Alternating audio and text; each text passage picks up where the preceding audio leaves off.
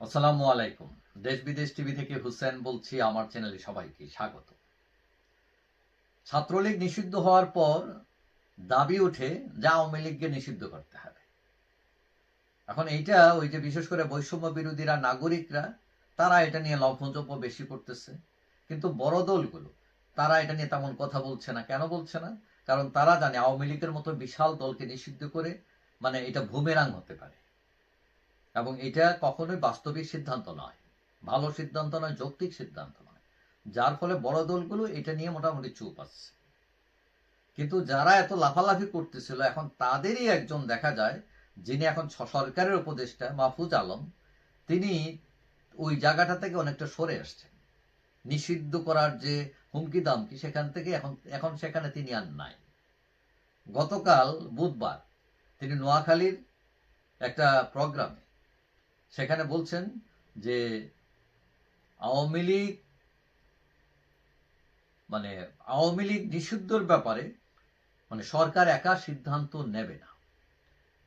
তাহলে কে সিদ্ধান্ত নেবে? তিনি বলছেন যে বিভিন্ন রাজনৈতিক দল ও উন্নয়ন সহযোগীদের পরামর্শ নিয়ে তারা এটা সিদ্ধান্তে যেতে চান। তো কথা কি দাঁড়ালো? যারা রাস্তায় এক কথা বলছেন, এখন সরকারে ঢুকে আরেক কথা বলতেছে। এখন উপদেষ্টা হওয়ার আগে তো আওয়ামী লীগকে তারা বস্তায় ভরে পানিতে ডুবিয়ে মারার মতলব করছিলেন। তার সঙ্গীরা এখনো সেই মতলবে আছেন অনেকেই। তো হঠাৎ মাহফুজ আলম উল্টে গেলেন কেন?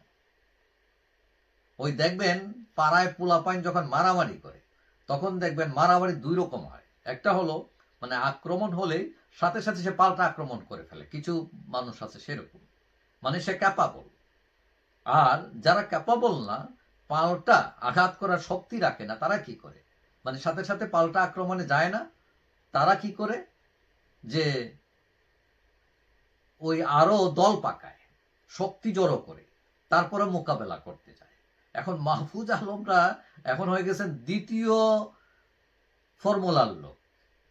শক্তি নাই মোকাবেলার, এখন বলতেছে ঠিক আছে, আরো অন্যদের সাথে কথাবার্তা বলি, অন্যদের নিয়ে দল পাকাই, এখন সবাই মিলে যদি করে তাহলে ঠিক আছে।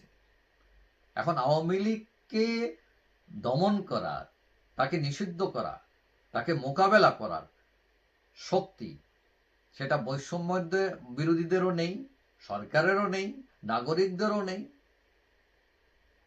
এবং আসল বিষয় হচ্ছে যে সবাই এক হয়ে কিন্তু কাজ হবে না। এবং ইতিমধ্যেই আমরা বুঝতে পারছি, সরকার বলেন, সেনাবাহিনী বলেন, বিএনপি বলেন, তারা কেউই নিষিদ্ধের পক্ষে নয় আওয়ামী লীগ।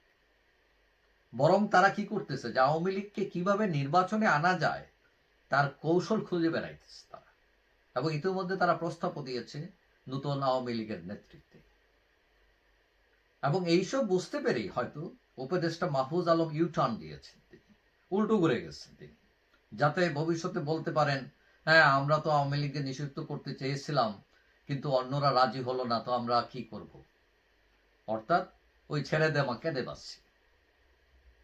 তো এখন আওয়ামী লীগকে হজম করার শক্তি, আওয়ামী লীগকে তার যে ভার উত্তোলন, এইটারও শক্তি থাকতে হবে। যে এরা কারা? এরা তো আজকে নতুন কোনো দল না, এরা অনেক পুরনো দল, ঐতিহ্যবাহী দল, স্বাধীনতার নেতৃত্ব দানকারী দল। সুতরাং একে ফু দিয়ে উড়াই দেবেন, এটা বেলুন, তা তো না।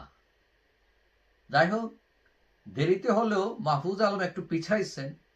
আশা করা যায় তার সাঙ্গপাঙ্গ যারা আছে তারাও পিছাবে, এবং সরকার যে সিদ্ধান্ত নিচ্ছে হয়তো তার ওই দিকেই যাওয়া লাগতে পারে। কারণ আপনি যতই ওই হামকি দামকে দেন না কেন, যুক্তি এবং বাস্তবতাও মানতে হয়। যাই হোক, সবাই ভালো থাকবেন।